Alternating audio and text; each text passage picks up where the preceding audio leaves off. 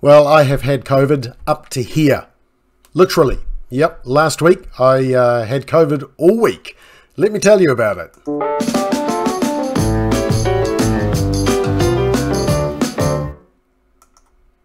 So it's been an interesting last week. You can probably hear it a little bit in my voice still, but last week my daughter kindly shared her COVID with me, and then it struck our whole family, myself, my wife, and 3 kids. We all had COVID, and so we did the PCR test, but it wasn't actually until the, well, it was 2 days before I actually got the result back that I did a rapid antigen test, and the rapid antigen test told me in 2 minutes that I had COVID. Very effective, very quick and accurate, and it confirmed. And it was actually 2 days later that I actually received the result back. Yep, got the text saying, yep, kia ora Robert, and yes, you can have a laugh. That's my real name, what my mother called me when I was in trouble.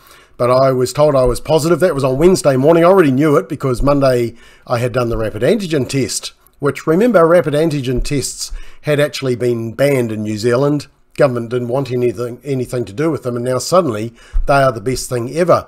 Interestingly enough, a couple of hours after I was told that I had COVID, I then got a text telling me that, oh, I needed a booster. So that sounds like that the left hand doesn't know what the right hand is talking to. And part of the problem, I think, is because the government is running the scheme. I was reading that in late January, the Associate Health Minister, Ayesha Verrall, you may have heard that name. Yes, that's the Ayesha Verrall that last week was so excited announcing that abortions could be done over the phone. Yeah, go figure. Vulnerable people, eh? But anyway, Ayesha Verrall announced in late January that the government has increased the nationwide capacity for doing PCR testing to 58,000 tests. Now, there's currently an average of 28,500, and yet they're not coping, and there's a 5-day wait. So that doesn't sound like it's been going too well. But it has taught me that rapid antigen testing, which we started campaigning for way back in November, has been one of the best solutions to ensuring that people are checked and tested and know whether they have COVID as soon as possible. So what have been the symptoms? And it's been a week long, and it's varied. I've talked to various people who have had it, including a couple of work colleagues, and the symptoms have varied, and the severity of the symptoms have varied as well. And interestingly enough, some people are vaccinated and some aren't. So what are those symptoms? Well, there have been coughs. For me, that was a major issue, a really raspy cough, which gave me a sore throat as well. And then there was, my body ached the next day because I'd been coughing so hard. You can get the head cold, you can get the runny nose, similar to the flu, had the sweats, also had a headache on a couple of days, feeling dizzy 1 or 2 of those days over that 7-day period, and feeling wasted, and not the Green Party Drug Foundation type wasted, just feeling lethargic. My wife was able to sleep through that. For me, I found that I couldn't sleep even though I felt wasted, so that made me even more tired. So those symptoms really did vary depending on the person, and it seemed like there was a severity related to what type of COVID a person got. I guess the hardest part was that you can start to get cabin fever because you're isolating, you don't want to share it with people, and so you're sort of stuck at home. For us, our whole family was in isolation because we all had COVID, and so you can certainly develop that cabin fever. And one of the nicest things people can do is check in on you, the quick phone call, but also the groceries, just being able to get those fresh groceries, and making sure that we were eating healthy. That was a really important factor for us.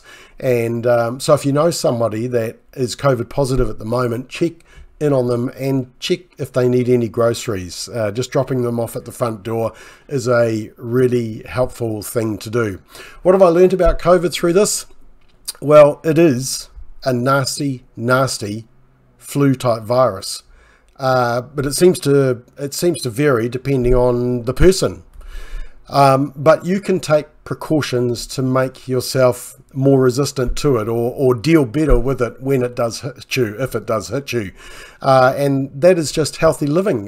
You know, we know that if people who are smokers, who are drug users, with alcohol abuse, that severely compromises you and your immunity, the ability to deal with it. Also, obesity, diabetes, all of those things place us at risk. And that's the case with any type of flu, any type of virus, any type of sickness. The vaccine obviously gives you another layer of protection if you choose to use that as well. So I would encourage you to take whatever precautions you can and to prepare that it is a very, very nasty type of flu. It's one that I had for 7 days, and I'm glad that I'm over it, and I'm glad that I have some immunity to it now. Because I certainly wouldn't wish it upon anybody. It was a pretty tough week, and I'm glad to get through it. But it's really important that we look after ourselves and that we keep that healthy lifestyle going, doesn't it? So just to finish on a positive note, I have tested negative last night, so I am now negative, COVID-free, and hopefully lots of immunity. But on a positive note, I just want to share a little skit that we were watching during the week, my wife and I, and she turned to me and she said, "Bob, that is you all over." And as soon as you'll watch it, you'll know exactly what she was referring to. So here is a little demonstration of what my wife thought I was like last week. How are you feeling? How do you think I feel? Got a stupid cold, haven't I? Thanks a lot. Poor darling, you should have said something. I'd have come down and made you some soup. I called for you. I said, Laura. You didn't come. So I dialed 999. What? Where is he? Quickly, love. Okay, son, everything's gonna be fine. I'm gonna die. Not if we can help it. My head's so burny. How did this happen? Oh, he caught the cold off me. Just don't think, do you? I'm a bit confused. Hasn't he just got a cold? For God's sake, woman, he's a man. He's got a man cold.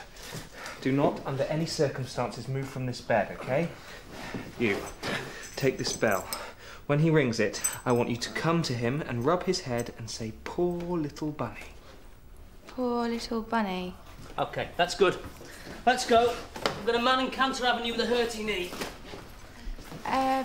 Sorry, what about me? What? Well, I've got a cold too. Have you not heard of Lamsit? Laura,